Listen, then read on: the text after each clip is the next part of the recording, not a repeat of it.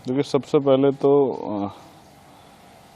बड़ा अच्छा दिन है। मैं माननीय न्यायपालिका को जो है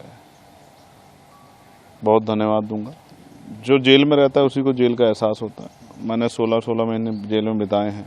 तो उनका एक बड़ा अपराध जो मुझे नज़र आता है वो ये है, हालांकि मुकदमे तो उनके ऊपर बहुत सारे हुए हैं, कि उन्होंने यूनिवर्सिटी बनाई है। अगर वो यूनिवर्सिटी नहीं बनाते तो शायद इतनी बड़ी कार्रवाई उनके खिलाफ नहीं होती। देखिए, सबसे पहले तो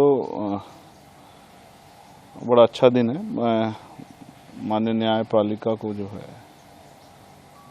बहुत धन्यवाद दूंगा और एक ही लाइन से पहले उनके लिए मंगल कामनाएं करूंगा, अच्छे स्वास्थ्य की और दीर्घायु होने की। जो जेल में रहता है उसी को जेल का एहसास होता है।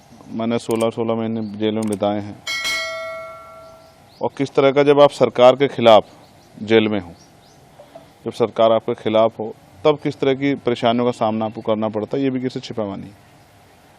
तो जिस तरह मैं 16 महीने जेल में रहा सरकार के खिलाफ लड़ाई लड़ते हुए, उसी तरह से आजम साहब जो हैं, क्योंकि उन्होंने सरकार के खिलाफ लड़ाई लड़ी और उनका एक बड़ा अपराध जो मुझे नज़र आता है वो ये है, हालांकि मुकदमे तो उनके ऊपर बहुत सारे हुए हैं, कि उन्होंने यूनिवर्सिटी बनाई है। अगर वो यूनिवर्सिटी नहीं बनाते तो शायद इतनी बड़ी कार्रवाई उनके खिलाफ नहीं होती। आप ये देखो, एक यूनिवर्सिटी यहाँ सहारनपुर में थी लोकल, उसको बनाने वालों का क्या हाल हुआ, और एक थी ये मौलाना अली जौहर, इसको बनाने वालों का। अगर राजनीति कहीं और नहीं चलती है तो फिर वो जाके चलती है एएमयू में। ये किसी से उत्तर प्रदेश के अंदर छिपावा नहीं। तो बड़े कष्ट का समय उन्होंने काटा, 23 महीने जेल में रहे, लगभग 2 साल। बहुत सारे ऐसे भी लोग हैं जो अभी जेलों में हैं, दिल्ली में बहुत सारे, उमर खालिद से लेकर सब लोग जेल में हैं। तो ये जो समय था, उनकी पत्नी ने जेल, बीमार होते जेल काटी, उनके बेटे ने जेल काटी, बड़े तकलीफ का समय था। उनसे मेरे राजनीतिक रिश्ते नहीं, पारिवारिक रिश्ते हैं। वो हमेशा मेरे दुख में, सुख में, मेरी लड़ाई में उन्होंने साथ दिया और मैं भी लगातार जेल में, चाहे अब्दुल्ला से मिला हूँ या आजम साहब से मिला हूँ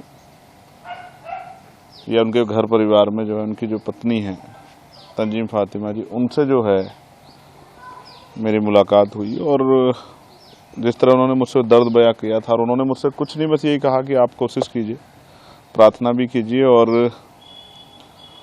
पार्लियामेंट में भी कोशिश कीजिए कि आवाज़ उठे। तो मैंने पार्लियामेंट में हमेशा, जब भी अवसर आया, तो मैंने आजम साहब को जो झूठे मुकदमे लगा के जेल में डाला गया, ये आवाज़ उठाई और मीडिया के माध्यम से भी, प्रोटेस्ट में भी अपनी बात को रखा। तो आज मैं बड़ा